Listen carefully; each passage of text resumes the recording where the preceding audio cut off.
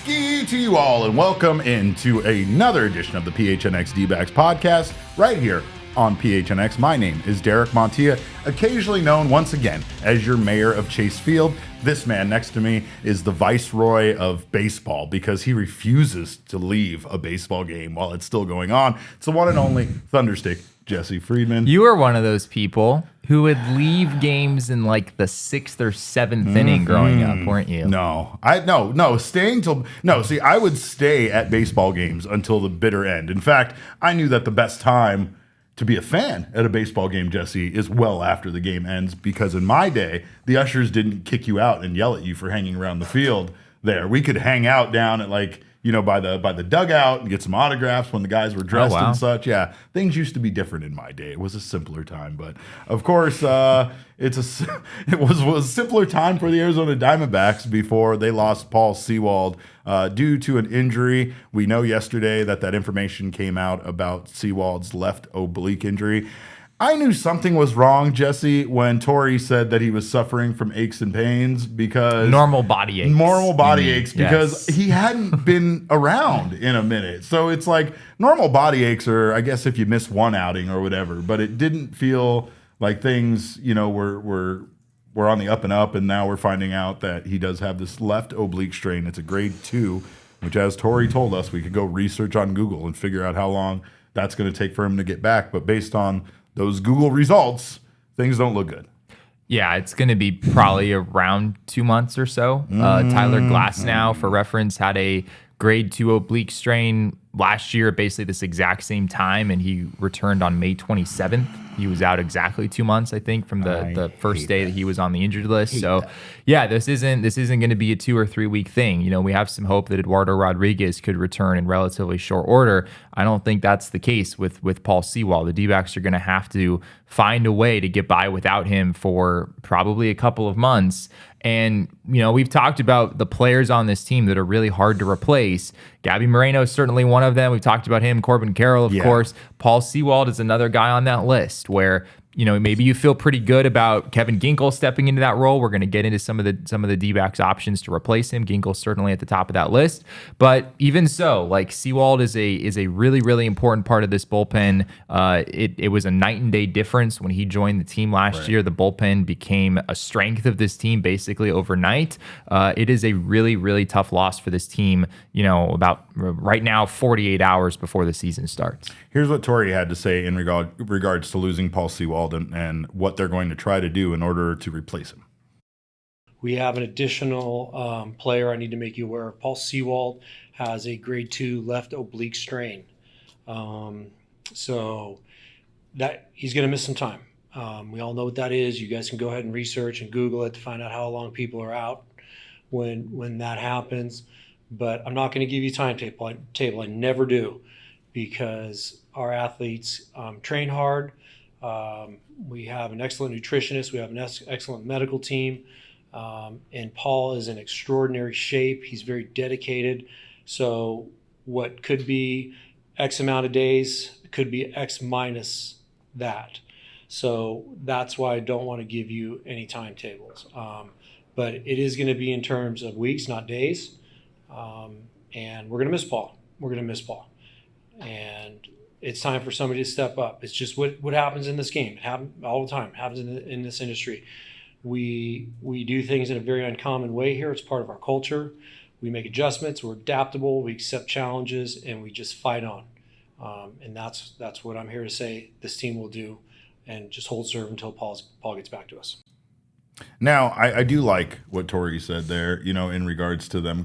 They've faced adversity like this. This is what kind of galvanized this team, like I've said in the past before last year, right? They just had to kind of come together when they lost key members of the roster, whether it was to injury or due to the team DFAing them like they did with several guys. So it's very interesting to see how this works out. What we don't like is the closing by committee necessarily, right? I think that Torey... Oh, it worked so well last year, Derek. I will fight you right now. Torey referenced, while he was talking about this, that there was a guy we all knew who he was thinking about, right? We all knew. He didn't bring him up by name, but we were all thinking about the same guy. And I'm guessing that he meant Kevin Ginkel there, because Kevin Ginkel obviously was electric. His name was brought up later in the press conference, and I think Torey responded by saying, "Oh, was that the game that he went out and tried to fight someone? Like that game? It was the game with the Randal Acuna incident, you know?" But I mean, of course, you know, we know Ginkel was, you know, obviously electric for this team. We know that we've said at times that he could be the future closer. And, you know, obviously that seems, at least to us, based on watching the closer by committee stuff last year, a much better option than doing it based on matchups. Yeah, and it's interesting because I think everyone knows, we all know, that Kevin Ginkel is the clear best option here, right? Torey said the most logical option, right? Yeah. Torey himself referred to a certain pitcher as the most logical option. We all know he's talking about Kevin Ginkel, but it doesn't sound like the Diamondbacks are planning to just give this job to Kevin Ginkel. Right. Torey was asked, you know, are you going to kind of play the matchups like you have in the past? And he said, yeah, we're probably going to start there and then see where it goes from that point forward. I imagine Ginkel will get the first crack at this, right? You have to believe that he's going to be the first one called upon when a safe situation arises. But the Diamondbacks are not just simply anointing Kevin Ginkel as their closer. You know, last year they were in a difficult position at the beginning of the year. This was before Ginkel had really risen to the pitcher that he is right now. Correct. And we saw a revolving door of guys. I mean, Andrew Chafin got some closing opportunities early in the season. Scott McGough got a couple closing opportunities out of the gate, wound up being used in that role more later on in the season. Miguel Castro, for about a month, was their top option as a closer. Kevin Ginkel, even, I think there was a stint in July where he had a few save opportunities and he looked pretty good in those games. We're kind of back to that, it appears. You know, even though Ginkel seems to be the obvious choice here, I don't think the Diamondbacks are just going to go ahead and give it to him. I know Torey doesn't watch this show because he's not a fan of one of the hosts. I'll leave you up to decide who he's not a fan of. But he can't stand Jacob. He just can't stand it's it. The truth. What did I do? The one thing that you heard from everybody when it came to Paul Sewald joining this team, and I mean, we heard it several times. When I say we've heard this from guys in the bullpen, I mean, we heard it when Paul Sewald joined the team. We heard it during their postseason run, how the bullpen became so good down the stretch and how good it was in the postseason. Yeah. We've even heard it during the offseason leading up to this opening day that we're about to experience on Thursday. Everybody said that the acquisition of Paul Sewald let the other guys in the bullpen know what their role was. Right. And I think that's the biggest mistake. Like, logically, the idea of going to closer by committee makes all the sense in the world. I think I made several cases for why I agreed with it when Torey was going to do it last offseason, and it obviously didn't work. But logically, you know, just like you know, going to your bullpen, you're gonna have better matchups sometimes in the ninth inning rather than your one guy you've anointed that closer. So it makes sense sometimes to leave that door open to possibly using a lefty or a righty, depending on the circumstance, depending on the lineup that you're facing. However, that didn't allow anybody to really know what their role was going to be. And like we've heard from Joe Mantiply, we've heard from Kevin Ginkel, we've heard from several guys that the acquisition of Paul Sewald and him coming in, knowing he was going to be the closer, and everybody else kind of falling into their role behind him, made everybody feel more comfortable. I think the thing Mantiply said was, at times when you're in the bullpen, you didn't know what your role was going to be. Like, you didn't know if that night was going to be the night that Torey was going to come to you. Sometimes it just mattered. It came down to a matter of the numbers kind of dwindling down and you realizing you were one of the last guys left available when the ninth inning came around. Sure. That's not a good way to do business. And I understand you can't really make that decision before the game, but I imagine that you could at least let two guys know that they're going to be one of two options potentially when we get down to the ninth. The game might not go that way, and then Torey has to use them earlier. I don't like the idea of doing a bullpen by committee, and it's just based on what we saw last year. It was a disaster. Paul Sewald, he's not, Paul Sewald doesn't have like the most incredible stuff. I think the thing about Paul Sewald, even as a player out in the mound, is stability, his consistency. You know what you're going to get out of Sewald, and rarely do you not get that out of him. And I think that that's what they're going to miss the most. But here was Paul Sewald on the oblique injury and what he had to say in regards to going through this. I pitched on last Monday. I pitched, and then I didn't feel anything. And then I was kind of at home and was like, oh, it feels a little bit sore, but I was throwing harder, kind of moving faster, and came in the next day and was almost not even going to tell the training staff because I was like, it's really low grade. But felt like I might as well. And they said, okay, that's no big deal. Just, you just won't pitch on Wednesday, but, after the off day, you should feel fine. And felt absolutely nothing for the next 3 days. So they gave me the okay to pitch on Saturday. And while I was pitching on Saturday, it just really didn't feel good and kind of got to the point where I was like, this seems like something to be concerned about. So woke up Sunday, didn't really feel great. So went to go get the MRI yesterday, and then it said it was a low grade 2 oblique strain. And so I'm just going to get to work and fixing that. This is terrible. This is bad. This is bad. It is hard to overstate the importance of Paul Sewald to this team. Right. It just is. I mean, he was so good for the Diamondbacks down the stretch. And as you said, he doesn't necessarily have elite level stuff. Even at times, it wasn't the prettiest. I know the World Series was a little bit rough for him in his 2 outings there. But just this sense of stability where he's going to convert saves, more than 80% of the time. That's basically what he's done for the last couple of years.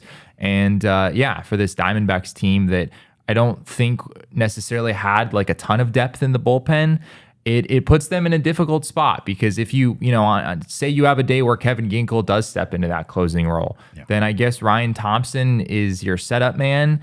But then how are you bridging the gap? Like if your starter goes 5 innings or whatnot, who are the guys that are getting you from the 5th to the 8th inning? And not to mention, there's going to be days where Ginkel and Thompson aren't available, right? You're not going to have access to those guys in every single close game you play. So, we talked a little bit over the offseason. Should the Diamondbacks have made some improvements to the bullpen? They really didn't do anything at all. I kind of always felt that they should have. And, maybe this works out. Maybe Ginkel steps into that role in time and becomes the established closer and has success. And this winds up not being a big deal.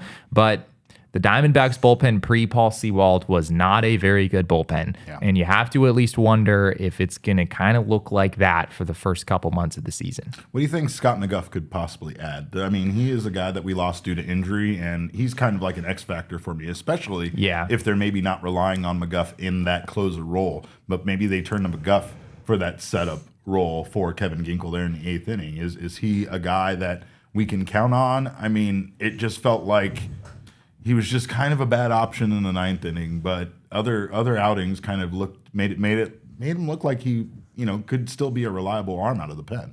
Yeah, there was a time where Scott McGough, he did take his turn as closer in June after Miguel Castro started to struggle, and Scott McGough was really good for a while there. Like I think his ERA might have dipped below 2 or was around 2 in the middle of June. He had a really nice stretch and just was inconsistent, right? At the beginning of the season, you didn't really know what you were going to get. He got hot in the middle of the year. And then toward the end of the season, he once again was just, starting to really struggle again. He is, though, it's interesting. Nobody has more professional closing experience in this bullpen than Scott McGough. Because he had 80 saves when he was pitching in Japan from 2019 to 2022. He had 38 in 2022, the year before he came over to the Diamondbacks. So he's someone who I think could be in the mix to get some closing opportunities and certainly in the mix to pitch some higher leverage innings.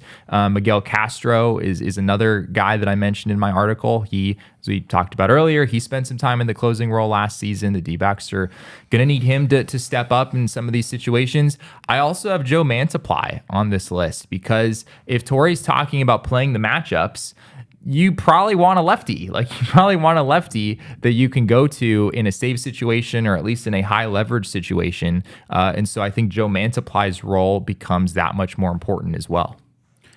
Well, he's not the only injury that the Diamondbacks are currently dealing with, and he's also not the only key injury. We know that the Diamondbacks picked up Randal Grichuk, and Lovullo commented today that it's leaning that way when it comes to him starting the season on the IL.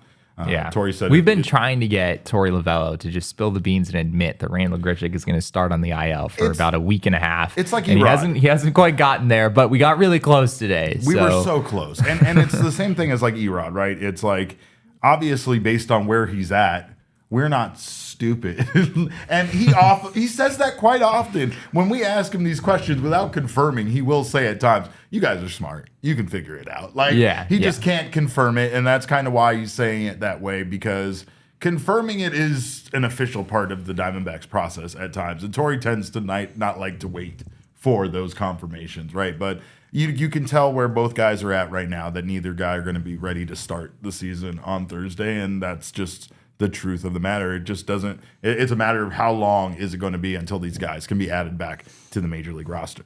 Yeah, I need the psychopath that is Kevin Ginkel. Like it just has to be. Yeah, I mean, I liked when Torey, because Torey referenced him like fighting a guy, and then it was the Ronald Acuna that game. like. You got to kind of be a little bit of a psychopath to be a closer. What's funny is then he followed it up with he's like Kevin. He's like, he's so not like that. And we had him here in studio. He's an angel. Like he absolutely doesn't seem like the kind of guy that would chase a runner back to third base just because. Remember the playoffs? Yeah, remember the playoffs. I mean, he's the strikeout, and then he comes off the mound basically laughing like a madman. And he's like, That Snakes Alive series really highlights that moment specifically, and they do a great job with all of that stuff. But they do. Of course, we did have a positive update from Torey, and that was on Erod, if you want to call it that. Torey did say that Erod is going to pick up the ball this week. I think expected to pick up the baseball. He's expected to pick up the ball this week, and he's not gonna throw it. But he will. He's going to pick it up. Examine it's the first step in the rehab process. Feel the thread a little bit. Maybe sign it. I don't know. No, he's going to throw the ball, and of course that's a good sign. We know Erod already said last week that he was at 95%, and of course we knew it was only a matter of time. Now is a matter of how long does it take him to start throwing the ball and then get back to being ready to be a starter for this team. Can I say one more thing about Kevin Ginkel? You can say. Am I allowed to do that? 40 things about Kevin Ginkel. The floor is yours. I just want to say that this is a big opportunity for him because Paul Sewald, injured or not, free agent at the end of the season, not necessarily a given that the D-backs were going to bring him back. Kevin Ginkel, I think we all viewed entering this season as the next closer for this Diamondbacks team starting next year. I know I did. And this is sort of his audition to show the world that he can do that, right? And based on what we saw in the postseason, what we saw in the second half of last year, there's a lot of reason to believe that he's ready for this opportunity. And he also has some closing experience. I mentioned, I think he was 4 for 4 last year when put in those kind of traditional ninth inning save opportunities. Saves are a weird stat. You can get saves in like the sixth inning or whatever. So if you get rid of that stuff, Kevin Ginkel was 4 for 4 in true save opportunities last year. And he also has some experience doing that in Reno. I think he's 17 for 18 going back to 2019 down in AAA closing games. So he has some experience in that role. And this is a really big opportunity for him to come and kind of show the world what he can do. Ryan made me so sad just now. He said, sad I won't be able to jump around to start the season.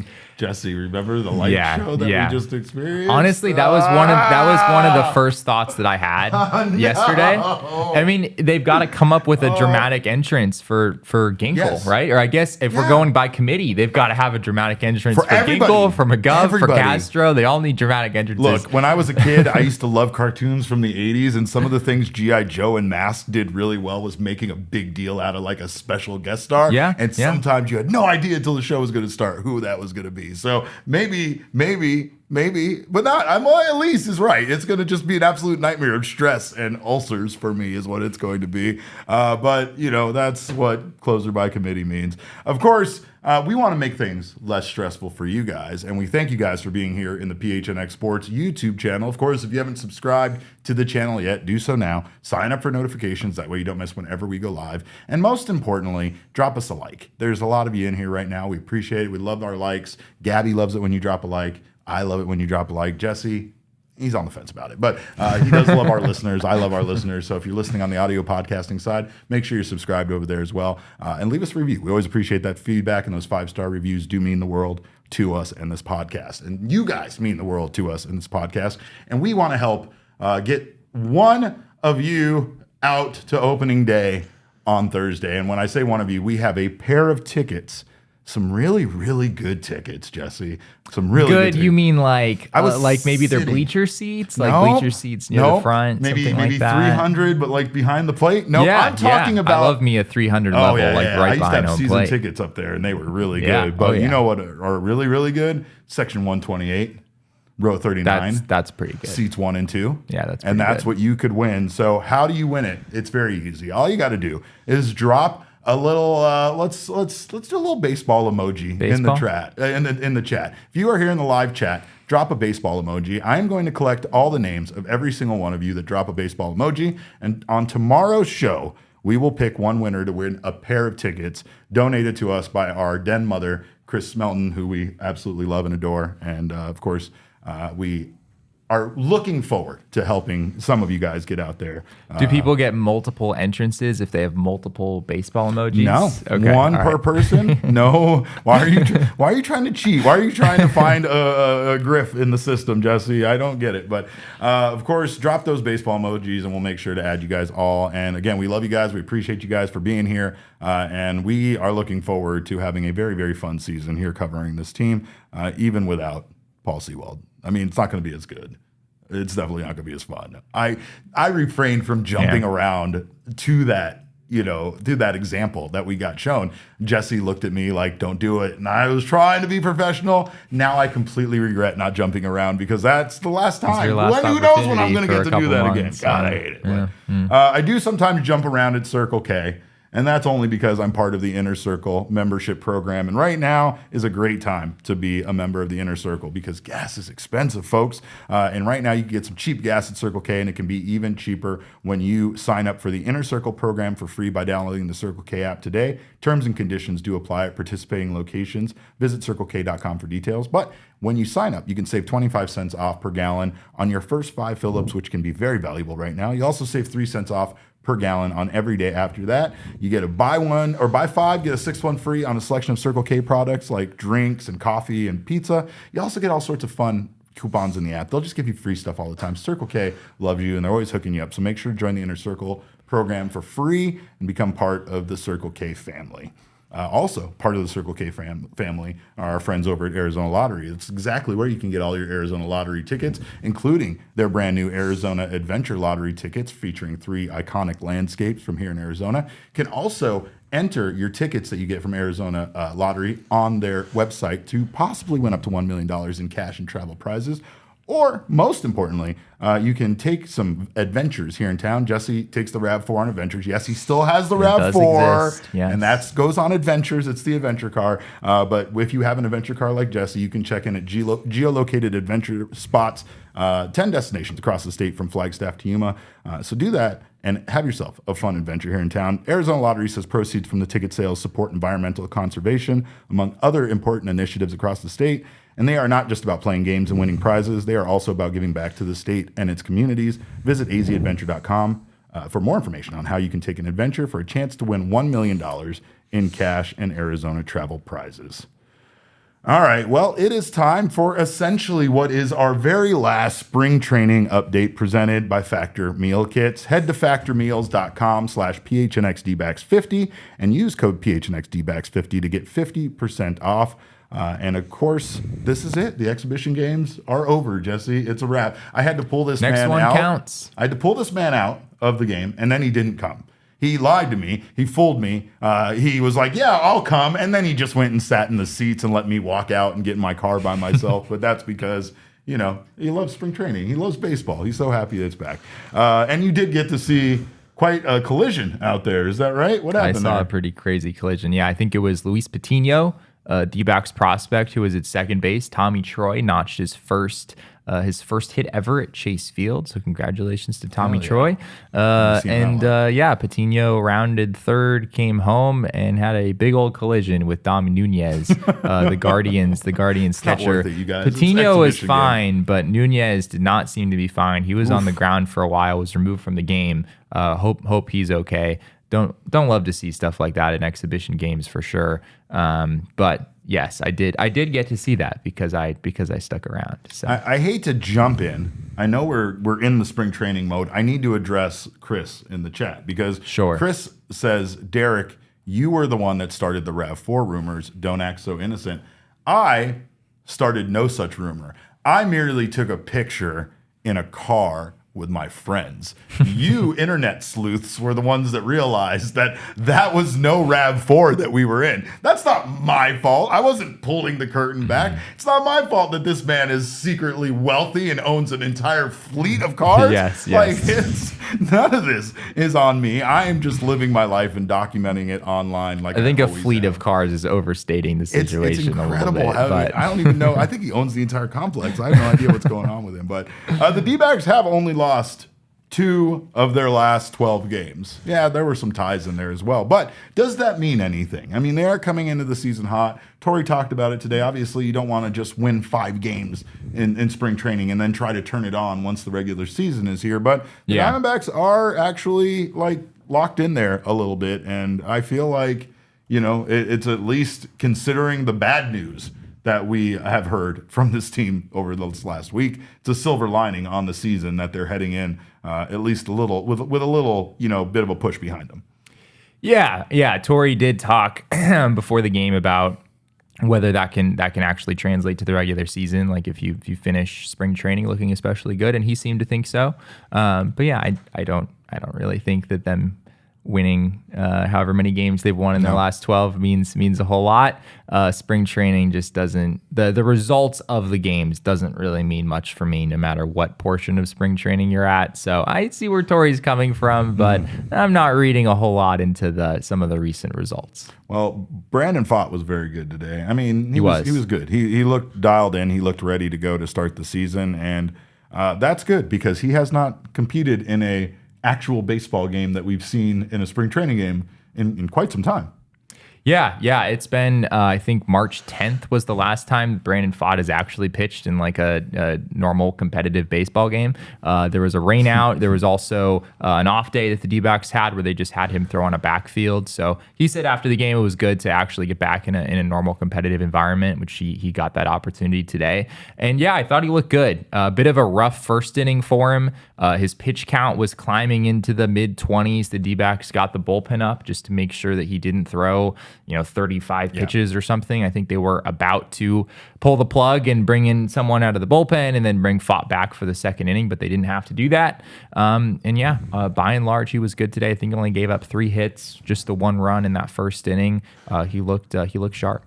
Torey Lovullo confirmed today that his opening day roster is essentially set. Right, it's filled. Well, the opening day rotation is set. The opening day roster. There's still one guy we got to figure out, right? Right, exactly. But the opening day starting rotation is set, and according to Torey, it is going to go Zach Gallen, Merrill Kelly, Tommy Henry, Brandon Pfaadt, and then Ryan Nelson. So the 4 guys, Gallen, Kelly, Henry, and Pfaadt will start against Colorado. Ryan Nelson will make the first start against the New York Yankees in the second series. So yeah, I guess not, no surprises there. And I think, again, as another silver lining to this injury situation, Torey is kind of in a fortunate spot considering that Ryan Nelson and Tommy Henry have both been fairly good and they have both been competing for a starting roster spot. So it's not the case where they had to start someone again as far as being a starting pitcher. These 2 guys essentially were competing up until the day when, the Erod injury was kind of announced. Right. Of course, we knew at that point that the decision most likely had been made on who they were going to go to, but it does benefit them now that those guys were both competing because that means that they're not just getting it going now kind of the way Brandon Pfaadt was in today's game. Right, Brandon Pfaadt had a much better showing, and I agree with what Michael said earlier in the chat about it seemed like some of his last starts he was a bit more lackadaisical, or maybe not just focused as much on the results as much as maybe he was working on something. Right, it's a different spring for Brandon Pfaadt, so I think he's approaching these games much differently. But Henry and Nelson have been locked in, and I think that that's going to be an advantage considering that they might not have had that if these guys weren't both competing for that final spot. Yeah, I mean, Tommy Henry threw a complete game shutout yesterday as things turned out, right? We're gonna talk about the Rays. Jesse, that might be my favorite sentence you've ever used. I said that sentence to Tommy Henry, and you'll hear his reaction here in a little bit. But yeah, I mean, it wasn't a great spring overall for Tommy Henry, right? I mean, he got off to a pretty. I guess he got off to a good start. His first couple outings were really good. But then it looked like Ryan Nelson had definitely made some progress because at one point you said it really was Tommy Henry's spot to lose, and it felt like that. It wasn't something that sounded that outlandish, but we did see Tommy Henry have some, struggle. It almost felt like Ryan Nelson kind of struggled at the same time, but then we saw Nelson really develop his secondary pitches a bit. He doesn't throw them more, but he seems to be having a little bit more success with them. He still throws the hell out of that fastball. He does. And he's always going to. But again, it did feel like we saw Ryan Nelson take a step forward as far as his pitch selection. Yeah, we talked about it the other day. His fastball is as effective as I think we've seen it with the increased extension, the velocity being up a little bit. I think he's just locating it better too at the top of the strike zone. That's been a really good pitch for him. The rest of the mix has kind of started to come together a little bit. I still think there are some questions about what exactly the secondaries look like moving forward, but I think he'd certainly done enough to win the rotation spot. That was at least my sense of the situation coming down to the wire. But then Erod, of course, gets hurt, and Tommy Henry and Ryan Nelson, both of those guys in the opening day rotation. For those asking, I know I've seen a lot of people on Twitter or whatnot saying, why is Brandon Pfaadt starting game 4 and Tommy Henry starting game 3? Pfaadt, of course, the kind of the more established starter out of those two guys. It just came down to the way that the pitchers lined up in spring. D-backs, of course, did not anticipate Eduardo Rodriguez getting hurt. They had Pfaadt lined up for that 4th spot, and I think they could have tried at one point to move him back a day and get him lined up for that 3 spot, but that didn't wind up happening. They would have had to pull the trigger on that a while back, and they wound up not doing that. So I don't think the order of your rotation matters a whole lot anyway. So I wouldn't be too worried about that. The fact that Pfaadt's in the number 4 spot, Henry in the number 3 spot, not going to make a huge difference at the end of the day. Didn't Torey reference wanting, to split up the righties and the lefty, have a lefty that in also, there yes, in the middle to split up the 2 righties and the 2 righties? I'm glad you brought that up. Yeah, Torey did also mention that today. So having Tommy in the number 3 spot does, I guess, make sense for that reason. I still don't. I mean, I guess there could be some value in giving opposing teams a different look. Right, I still don't. Series, I still don't see it being like a game-changing decision that Tommy Henry's in the 3 spot instead of the 4 spot. Yeah. But I think guess what it does is it makes if the opposing manager has to change their lineup, then it's just a change of lineup for that one day over the course of a series, right? Like I get what you're saying. In the grand scheme of things, a lot of these things don't matter, but it'll matter more if it's a playoff series or something of that sort. It's why Eduardo Rodriguez was kind of, maybe they thought of putting him at the 2 spot in between Gallen and Merrill Kelly, just to have that lefty break those 2 guys up, so you're not getting righty back to back. But right. I get it. I get it, and I don't get it, because baseball's weird and ridiculous. Torey also talked about Bryce Jarvis making the team as a long reliever. We know he was in that competition for the starting rotation as well, even though it didn't seem likely that he was going to be the option they went with. Jarvis just looked good this spring. That's it. Yeah. And he's looked really good with a new cutter that he's developed, and he's been throwing really well. And Torey also talked about his ability to give him some length early in the season. He did talk about how hard it is to kind of keep a long reliever stretched out for long relief when those opportunities might not present themselves very much. You almost hope that they don't present themselves very much. Right. But, again, you hope you don't need them, but you also hope that you need them enough in order to get some regular work and stay stretched out. Yeah, Bryce Jarvis, he didn't pitch much in today's game. I think he had been scheduled to throw yesterday on back of Tommy Henry, and we all know how that went. Bryce Jarvis got in today's game instead and threw 12 pitches. And he did throw. He threw four cutters. 4 out of his 12 pitches were that new cutter, and he got 3 whiffs in 4 pitches. So it's hard to beat that. I've heard some positive things about that new pitch. Torey talked about it today. Bryce Jarvis himself seems to like the shape of that pitch as well. The big thing with Jarvis is just finding a way to keep guys off his fastball. That's been an issue for him coming up, as his fastball has just been pretty hittable in the past. It doesn't have great life. It doesn't have the velo is good, but it's not good enough to kind of make up for the fact that it doesn't have great life. So yeah, having a bigger arsenal and just more weapons to go to has been really big for him, and this cutter certainly seems to be that. Well, they still have some decisions to make when it comes to the roster. I think pitchers they're all set with, according to what Torey said. For the most part, we know who their pitchers are going to be, but Mike Hazen is going to talk tomorrow afternoon, so we'll have some more updates then. Torey couldn't pinpoint a time when he was going to have his roster nailed down. It sounded more They're like really going to the last minute with this thing, and for good reason. For good reason, Jesse, because I think you have given all the reasons why Blaze Alexander is most likely not going to make this team. Yet Blaze Alexander keeps doing things to call you a fool, to refute your claims, to make it known to everybody that Jesse's an idiot. I mean, I'm not the one who thinks Blaze Alexander should not make this team. No, I'm just saying I don't think Blaze Alexander is going to make this team. For understand, like your reasons are solid, but I think the reason why, going back to you saying that they're really waiting until the last minute is, I think he keeps making the decision very hard, right? Yeah.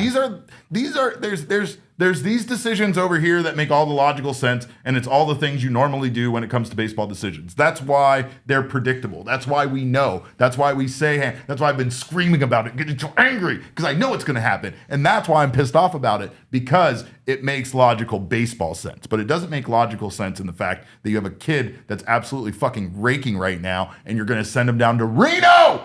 For what? So you can go hit 500 down there and it's going to prove nothing. He's just going to go down there and crush the ball, and you're going to wait and call him up when you have an injury or something. That's insane to me. This kid should get an opportunity, and not just a backup. He should get an opportunity to play. He should get an opportunity to win more playing time. And I get it. Like you said, Jerry P., great shortstop. We love him. Damon's not here, so I can fucking say some of this shit. But in reality, Geraldo Perdomo was going to split time last year. And the reason for that was because Nick Ahmed is a veteran. There was more about kind of not only giving Nick Ahmed time off of his feet and giving Perdomo playing time, but also the fact that you have a very young player and a guy that's been around the league for years, and those two things can come together and help both of those guys, right? Blaze and Geraldo Perdomo there's not a lot that you can do besides play them. Split time with them. There's not a whole lot. I mean, Blaze they both play a variety of positions. That's true. They both have a lot of flexibility. And that's the thing is like right now, Blaze, he hit a 444-foot dinger that went so far that I lost sight of it. It went out of I'm old. I'm just turned 43. You guys know that. But it went out of the range of my eyesight. It just disappeared. As far as I was concerned, Jesse, that baseball just vaporized into thin air because he hit it so hard. The man hit it up to cold beers and cheeseburgers. The look of the crowd in left field staring up in disbelief was the same as me wondering how my eyesight got so bad, right? So, the guy just absolutely is crushing the ball this spring. And I think... I think what we've heard is that he's very coachable, that they like the fact that he's been giving such an effort to learn all perform at all the different infield positions that they want him to. It just, once again, feels like he's not a backup guy, and they're looking at this final role as being a backup role. Like, you're not going to get that much playing time, and much like Jordan Lawler, you just don't want a guy that's this good sitting around not playing baseball. Let's play a game. Uh-oh. Who do they face on opening day? The Colorado Rockies, Kyle Freeland. Yeah. Which hand is he? Jesse? He is left-handed. What does Jock Peterson not do well, Jesse? Oh. He does not hit lefties especially well. So you want Blaze as the Not DH, only do I think Blaze has earned a spot on this roster, I think Blaze has earned a spot to start as the DH on opening day. I mean, the problem with that argument is that that's not actually any additional opportunities for Blaze beyond what I think he would already be getting if you were making the team. If Blaze made the team, it would be because they want him to start against lefties at shortstop, right? So if you're willing to put him at DH against lefties, as long as Randal Grichuk is out.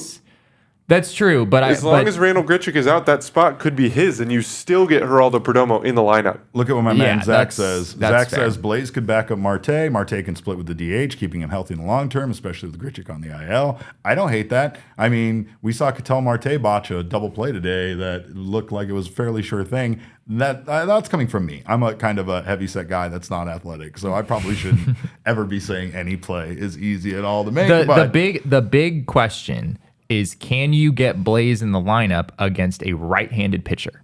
Because if the answer is no, then you are looking at 2 starts a week for Blaze Alexander, right? It doesn't matter, DH, shortstop, whatever position you want to put him at. If you're not willing to start him against a right-handed pitcher, then there is not more than a couple of starts a week for him, and it sounds like the Diamondbacks don't want to do that. That's crazy, though. Yeah, I'm not saying I agree with that thinking, crazy. but I think the thing is that I don't really think it's an all or nothing situation. Like, even if he's not starting, I think that there's a lot of times where Blaze could be an injection of life into a team late in the game, or when when the pitching matchup comes up through the bullpen, that it makes sense or stuff like that. I get it, though. Like I said, that's the reason why the baseball logic side makes sense about Blaze. But right now it comes down to one more player that they need to cut. And those names are Jace Peterson, Emmanuel Rivera, Jake McCarthy, or Blaze. And I don't mean cut loose. It's only cut in the situation of essentially Jace or Emmanuel Rivera. Yeah. If you don't go with either of those guys, you're going to lose lose those guys. But Jake McCarthy and Blaze can both be sent to Reno, and that's the reason why it makes sense. But it doesn't make sense. I don't think, the other thing I'll say is I don't think starting Blaze at DH makes a whole lot of sense, because one of the things he's best at is defense, right? He has an incredible arm. He has probably the arm. best arm in the Diamondbacks organization. I don't think it makes a whole lot of sense to start him at DH.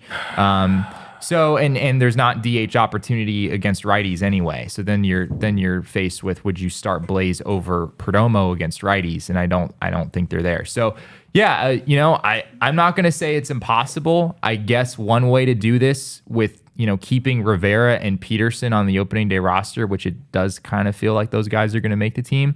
The other way to get Blaze on the roster would be to put him on the roster in place of Jake McCarthy, to not have that extra outfielder, which I think the D-backs probably want that extra outfielder, because Jock Peterson would then be your only backup in the outfield. Yeah. You don't have you just don't have any options at outfielder. Has Blaze played any corner outfield? That's what I wanted to know. No, I don't care. So. Put him out there. He has an incredible arm. Yeah, let's not do that. Let's not. He's a great athlete, Jesse. He can play anywhere. The other thing about Blaze is that, and I think it was AZ Snake Pit who tweeted this out today, and I thought it was a good point. Kyle Lewis had an OPS of 1250 something. And what did he do? He started opening day in the designated hitter slot. Yeah. And he did. He forced his way onto the opening day roster. But his situation was pretty different. Kyle Lewis wasn't, an up-and-coming prospect. He was someone who's been in the league for a while and just trying to find a role. His situation was different. He was more of a comeback story. I think that's why he made the team. And the other part of this is that Kyle Lewis didn't stay on the Diamondbacks for very long. He obviously had the illness that kept him out for a long time. He didn't wind up playing very much. He didn't get much opportunity, to be fair, but he wasn't exactly great when he was on the field. Well, so it's not as if a big spring training OPS equates necessarily to being great in the regular season. I didn't see Emmanuel Rivera Kyle Lewis hit a 444-foot home run. But I will also say that Kyle Lewis probably did hit a few of those. He probably hit multiple 444-foot home runs. If you're trying to make the case that Blaze is different than Kyle, that's not I don't think that's the case you want to make. But the case I do want to make is, I think obviously Kyle was different, right? They wanted to see him as soon as possible because they wanted to kind of get a feel if this was a guy that they were going to be able to have help them at a major league level. He's not a prospect. You're not keeping him in your minor league organization for very long. If it doesn't work out at a major league level for him to continue to evolve and get better. He's already too far along in his career at that point. So it's understandable. And the point you make does make sense. I just hate you for it. I'm not if it were up to me, I probably would put Blaze Alexander on this baseball team. I'm just saying that I think that's how the Diamondbacks are viewing the situation. That's all I'm presenting.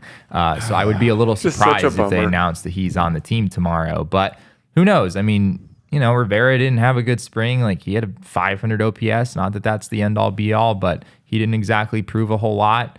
Maybe the D-backs want to start the year with Rivera and just kind of give him another shot to prove what he has to offer.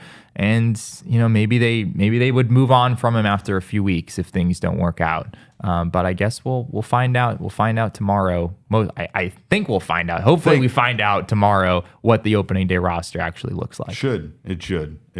It does seem to bode well that his homer came off Tristan McKenzie, who's a major league starter. Yeah, a good one. I guess, but the man is also he today I learned he weighs 165 pounds. Yeah, Tristan McKenzie's listed at 6'5", 165. 6'5", 165. Yeah. It was windy out there. I was afraid he was going to blow away. He's got a good negative 45 pounds on me. My goodness. Yeah, I'm a pretty skinny guy, but like my height and weight compared to his height and weight, like Tristan McKenzie is skinnier than I am. So now he's almost a foot taller than me, 100 pounds less than me. But anyway, moving on. Get your Blaze Alexander Rookie of the Year bets down over at BetMGM Sportsbook. I don't mean that, but yeah, I don't know if I would actually do that. That's probably not the best advice. So probably listen to the guys over at PHNX Bets over me. If you download the BetMGM Sportsbook app right now, there is sign up and deposit, of course, some $10 into your account. You will receive up to $1,500 back in bonus bets based on a losing wager. So once your wager is settled, if you do not win, you will receive up to $1,500 back in bonus bets. Of course, you can sign up right now for BetMGM and use that bonus code of PHNX. Make sure to sign up using that code. Place your first bet through the Sportsbook app for at least $10. You will receive up to $1,500 back instantly in additional winnings regardless of your wager's outcome. Only if your wager loses. Check out the show notes for full details. And now listen to Shane talk about the disclaimer. Bonus bets expire in 7 days. One new customer offer only. Gambling problem? Call 1-800-GAMBLER. Available in the U.S. Call 877-8-HOPE-NY 467-369 New York. Call 1-800-327-5050 Massachusetts. 21 plus only. Please gamble responsibly. Call 1-800-NEXT-STEP Arizona. 1-800-BETS-OFF Iowa. 1-800-981-0023 Puerto Rico. First bet offer for new customers only. Subject to eligibility requirements. Bonus bets are non-withdrawable. In partnership with Kansas Crossing Casino and Hotel. See BetMGM.com for terms. U.S. promotional offers not available in New York, Nevada, North Carolina, Ontario, or Puerto Rico. Puerto Rico. All right. Well, of course, if you want to save some money, you can do that with our friends over at Desert Financial Credit Union, because for more than 84 years, Desert Financial has been Arizona's largest, most trusted credit union. They got me started on my home ownership journey, and they can get you started as well. Look to Desert Financial for checking and savings accounts, mortgages, loans, credit cards, and investment options, and so much more. Make sure you bank with a financial institution that has your best interest in mind. When you open a free checking account online, you can get $200 in bonuses. Get started by visiting desertfinancial.com/200 now. Jesse, yesterday was history. Excited. I'm so excited to talk about it. This. It was history. It was history. It was it was my favorite day ever at Chase Field. Like, Jesse loves I've baseball. seen some pretty cool things at Chase Field, but yesterday it was the best. Jesse loves baseball. He loves Chase Field when the roof is open, and he loves rain. I do love rain. Yes. He got all of that yesterday in Chase Field's first ever rain out. Now, people were dunking on the Diamondbacks, and they were using our video footage to do so, and understandably so. However, it's wild how many people don't really understand what's going on with the Chase Field roof as far as what's actually broken on it. There's just, people just don't get familiar on it. So, especially now with the new lights and the new sound system, we're getting some of that as well. Like, why did you spend the money on that instead of the roof? The roof still works. The roof still works, and there's actually nothing wrong with the roof. There's nothing broken. There's nothing wrong with it. What is wrong with it is that the roof is old. There's something wrong with it. Well, it's old as hell is what's wrong with it. And they had basically safety inspectors with what sounds like a company come in and tell them that one of the cables could come loose when they, could break, essentially, and come loose. And that would be a very bad thing, considering where those cables are located and if there were people in the stands. You have no idea what kind of, injury could occur due to a cable snapping and falling into a crowd of people. I don't even want to bring up the movie Ghost Ship, but go check that on YouTube and you'll see that. Anyway, there's a whole other thing here, though. It's mostly about, if something were to happen, having some sort of, safety measure in place. Before, the Diamondbacks were looking at replacing the roof mechanism, which was going to cost a lot of money. Tens of millions of dollars. Like, who knows how much it would have cost for them to actually redo the mechanism that opens and closes the roof, which, like I said, still works. The only problem is after they found out from the safety inspector that there's this problem, that that could happen, they're completely liable. Obviously, in the first place, they're liable, but now they know that it could happen. They're further liable for anything, because at least you can claim some ignorance if you didn't have a health inspector come in and say, these are really bad, right? Or whoever this guy is, right? So they are going to install a catch-all system. It sounds like it's going to be a net. It's not going to prevent the big opening. It's going to go on the sides where those cables actually are. But again, that safety precaution. Could you imagine if it was a net? Just that over went the whole over the sky. Look, they put them down the first base lines and the third base lines. They're like, we're just putting nets everywhere. We're netting in the whole field. That's the way that this works here. Reminds me of the mock-up of when they were renovating Sun Devil Stadium, and they were like, by the way, we're going to put a giant sunshade over the whole thing. Yeah. You know how fast those wear out in the Arizona sun? That ain't going to last. But anyway, it sounds like that they found this too late, essentially, is what Derek Hall said when we spoke to him. And they found it too late in order for them to install it this offseason, so it has to wait till next. We will have the roof back open. Everything will be fine. But in the meantime, you're getting too bogged down in the details, really am. Derek. Chase Field has a roof. Hilarious that it has a roof that opens and closes that they couldn't close while it was raining. I don't know. I mean, sometimes rainstorms just happen in the desert, so you can't always blame people for these things happening. But it's not a good look. It's not a good. Can we go to this is what Torey Lovullo had to say about the chaos that was happening as this game was ultimately rained out. I quickly about-faced it, and I said, all starters off, and I was basically Batty and I were shouting out positions to the new players that were supposed to go in. And it was madness there in the dugout. And then the umpire, Rob Drake, came over and said, look, what do you think about the field? How does it hold up? And what do you want to do? At that point, I started thinking about it on a different level. I don't know those answers. I don't know what that turf's going to feel like when it's soaking wet. I don't know what's going to happen to a field that doesn't get rained on. It just made sense for me to help make that decision and push it in the right area, right direction that was to cancel the game. But I don't know. I don't know what it's going to be like. We should go out there and slide on the turf. Let's go. If you want to go right now, let's do it. All of us, let's go right now. I would have done it. I would have done it with him. You would have been. I'd die for that man. You would have been so I would down die for that man. I absolutely would die for that man. But it sounds like chaos. It sounds like absolute chaos. Just shouting out, Melendez, yeah, everybody get in there. You guys out. Starters out. We can't have you guys getting hurt. It only rained for maybe like 5 or 6 minutes. Like really? This is not poured. an extended. It did rain. Yeah, it rained pretty hard. And caused the fans to go running for their lives at Chase Field for sure. Yes, they were running for their lives under the overhang. It was absolutely. I could not believe my eyes. It was hilarious. It was amazing. But yes, this is the first. Rain out in Chase Field in Diamondbacks Chase Field history. For those who weren't clear on that, Nick Pecoro of the Arizona Republic. I need to find this real quick. He did discover that this was not the first rainout in Chase Field history. It was in Diamondbacks Chase Field history. It was a girls' basketball game, and it was correct. Because the roof was closed, but there was a leak down the middle of it. Okay. So it rained so hard that they couldn't continue play, because if you think a turf is slick, imagine a basketball court with rain leaking down on it. You can't get a drop of water on that stupid surface. This isn't talking about. This isn't talking about a leak in the roof. This is from Nick's story. He said there had been one previous weather-related incident at Chase Field in 2006. A women's basketball game between Arizona State and Texas Tech was called due to rain late in the second half. On that occasion, the roof wasn't able to be closed quickly enough before the court became dangerously wet. And with a basketball court, you can definitely understand. Well, that's a playing surface that very much is not supposed to get wet. My understanding was even when the roof was closed during that game, there was still like a lot of water coming in. But that also, also could be the case. Man, we have seen some leaking happening with the Chase Field roof over right the years. Down. Oh, it goes like from the pitcher mound right to home plate is where it goes when it leaks in the roof. Oh, man. Is this right up there with the rally baboon? I don't know. The rally baboon. That's a moment in time that you had to be here for. And that wasn't a real baboon. Thing. Yeah, it wasn't. Baboons it wasn't were a real baboon. obviously in downtown Phoenix taking out Transformers. It was for as incredible as a moment as God, we that miss you, was. Pedro Gomez.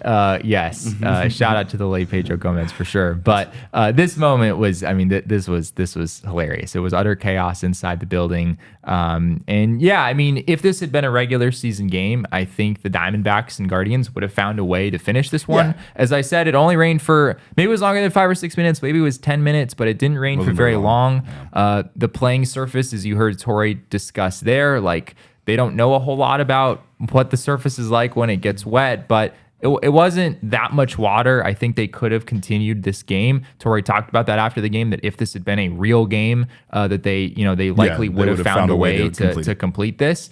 But I mean, this is an exhibition game. It just didn't make any sense for them to take any kind of risk whatsoever. And Tommy Henry had already gotten his work in, so that box was checked. Yeah, I think Bryce Jarvis was getting set to come in at that point. Yeah, you also have the and he fact was able that to pitch today, so that didn't matter. the Diamondbacks too were much. up 6-0 at that point. So I mean, just call it. Let's call it. Let's wrap it up. Yeah. You did ask Tommy Henry though about the rain and about his complete game shutout. Yeah, let's roll that.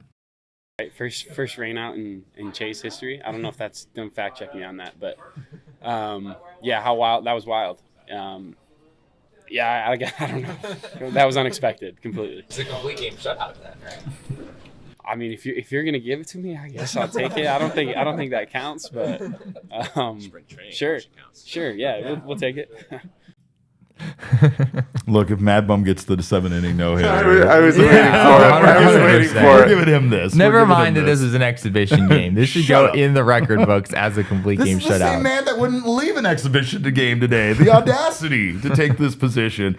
Torey also very much enjoyed the other improvements, though, even if it's not the roof. The improvements that have been made around Chase Field. Yeah. I know that the lights at Chase Field are so damn bright now, and bright. the music is so damn loud. The brightness is a good thing. The music, I'm not so sure. I'm curious what people think once they've attended a couple of games this year about. It's very loud. It's pretty ear piercing at moments, and honestly, I kind of felt that way last year too. Like the previous sound system might have had some issues, but Old man McGee loudness, over here. like the ability to turn up the volume, was not one of them. I think it was the imagine- inconsistencies that people complained about, though. Like, it could get really loud certain places, and it'd be really quiet in others. yeah, that's fair. That's fair. That's fair. That is, yeah, and maybe that's better. I also have to wonder if having more people in the building would help. Just having a pretty empty stadium like we've had the last couple of days certainly doesn't. I don't know. Doesn't Though. help. Today but wasn't bad. The crowd actually came out today. I was kind of impressed with the support the team got today. So, but it is very loud. But the lights are amazing. Everything's amazing. I even turned to Torey and I asked him if he saw the Sewald entrance, and we just both at the same time were like, "It's electric. It's electric. It's amazing." But here's Torey on the lights at Chase Field. Lights were great. I knew in BP when I went out there that it was a little bit different. I felt like we were on Broadway, and the lights were shining on every single one of us. So it's a great improvement. This organization did a great job in putting some really special lights in there. Why is he so folksy?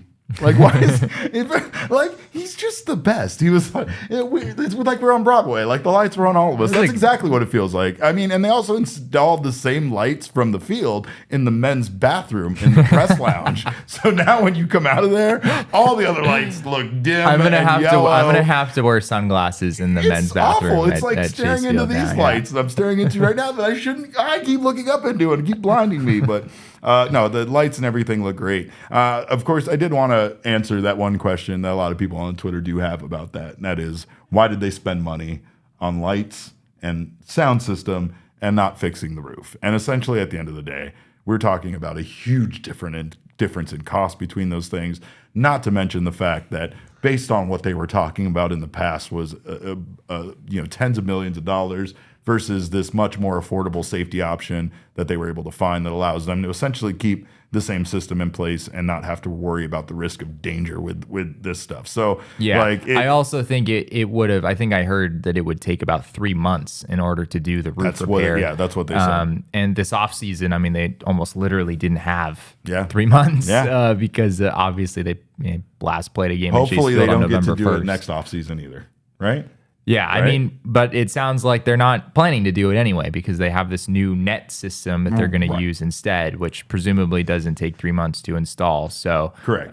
Yeah, hopefully next year we don't have to have the roof conversation. 3 months anymore. seems like it's never going to happen with the concerts and such that they have planned out there anyway. Yeah. So it doesn't seem like at times they would ever have the time to actually install a new mechanism versus like what you're saying, the safety feature. I don't know. I get it.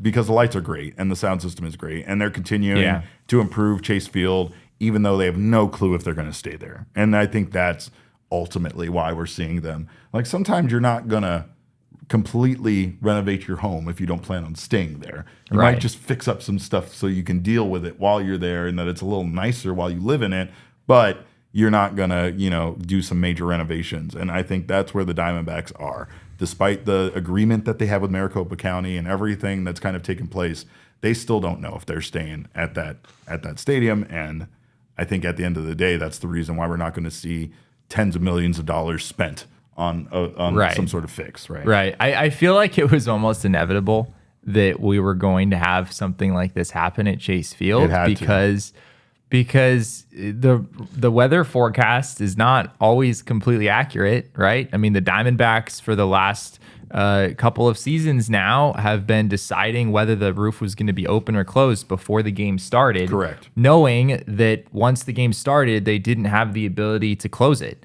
And so it felt like this was just going to happen at some point. Maybe it was, in my mind, I probably would have had it taking like a decade. But I would have thought it would have been more like the Haboob. Something like that kind of, because those windstorms can come out of nowhere, right? Yeah, and then they can be fair. They can be a nightmare. Whereas, but like you said, if a storm develops quickly and there are people in the building, there's nothing you can do about it. You think we get a Haboob during the actual season? If we do, we're winning the whole damn there's thing. zero visibility That's at the way Chase that it Field has to because work. of a dust storm happening. That'd be pretty rough. Tyler mentioned that watching on TV was impressive with the lights, and I did want to very much agree with that. I feel like watching highlights is like watching Christian Walker's home run back yesterday. It was like, whoa, the lighting in that place looks very different. It looks very like naturally bright, right? Like it looks when you're in there and the roof is closed, it looks very naturally bright. I just can't wait to see, the home run celebrations and everything. Like yesterday's home run, like you said, with the Seawalk, it was incredible. So anyway, we have a big guest coming up tomorrow who has a lot of explaining to do because not only did he do what he did when it came to picking the Diamondbacks before last season, but he was supposed to go defend the pool at Chase Field. And It's a failure on all fronts. I don't know if he did a very good job. His last appearance on the show was the day of Game 5 of the World Series, right? I think it was the day the Diamondbacks got knocked out of the World Series. Talking Jake is back. And he also came on the show before last season started and said the D-backs were going to win less than 80 games? 73 games, if I'm not mistaken.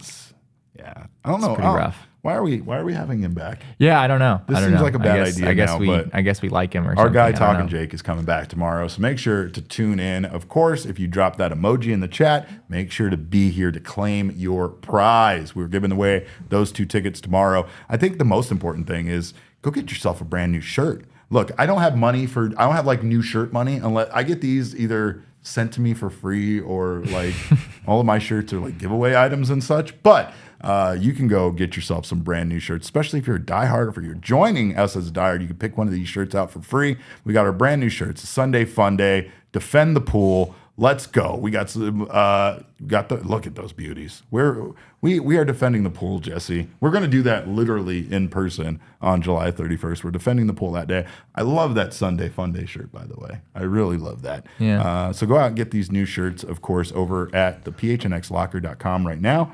And make sure, like I said, to join us tomorrow. Our guy Talking Jake will be here to talk snakes. And of course, we play for rings in the desert. I'm not sure if you've heard that, but we'll be giving those out later this year. Of course, make sure to stop by and check out our friends at OG's Brands. OG's Brands is the absolute best. And they have 2 brand new gummies right now available for your taste buds and your pleasure. Of course, for vegan users, they do have the OG Vegans right now, or OG's Naturals, which are a vegan gummy, of course, made with live rosin. They are incredibly tasty. They taste like sweet clementine flavor. And of course, like I said, all natural, all vegan.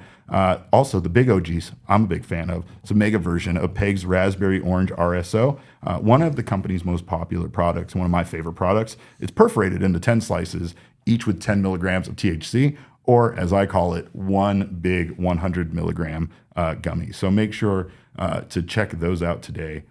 Wherever you get your gummies. Of course, you can check out ogsbrands.com to find out more about OGs and where you can purchase their wonderful gummies.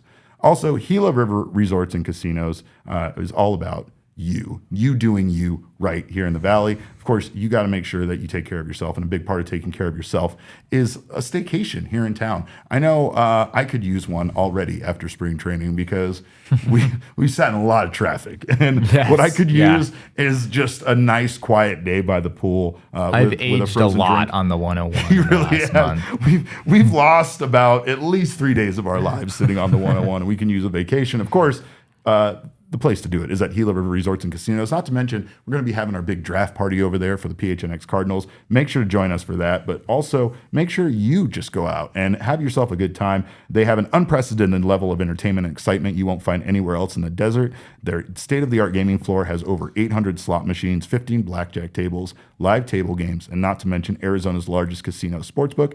Head to Gila River Resorts and Casinos and let them show you what the next level is all about. You do you at Gila River Resorts and Casinos. Visit playathila.com for more details. And there's nothing I love more than a staycation, just because I don't like traveling. I don't like actually you like traveling. I do. I can tell. You look forward to road trips.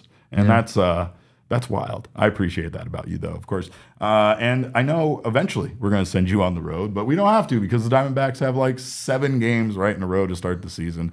So we will be covering all of that. Of course, make sure to keep it locked right here for the ticket giveaway. And then on Thursday, we'll have our pregame show and a postgame show. And then we'll be back at it again on Friday with another postgame show. So, of course, we thank you guys for being here, for joining us, and for being diehards. Those of you the diehards, you can follow me on Twitter. I'm at cap_caveman with a K. Jesse is at Jesse N. Friedman. Of course, our father, Overlord Jacob, a.k.a. Faj. You can find him at Jacob_Franklin4 because he is the 4th best Jacob Franklin in known existence. What do I got to do to move up that list? Got to kill the other ones. It's the only way. It's like Highlander. You know, there can only be one Jacob Franklin. That's the way it works. But of course, our show's at PHNX_DBacks, and all roads do lead to at PHNX_sports on Twitter, Instagram, and Facebook. We thank you guys so much for your time. We hope you have a great night. We'll see you back here tomorrow along with our guy, Jake. In the meantime, enjoy yourselves. And remember, kids, baseball is fun, but it's so much more fun when you finally add Blaze Alexander to your roster. We all silly like the mayor.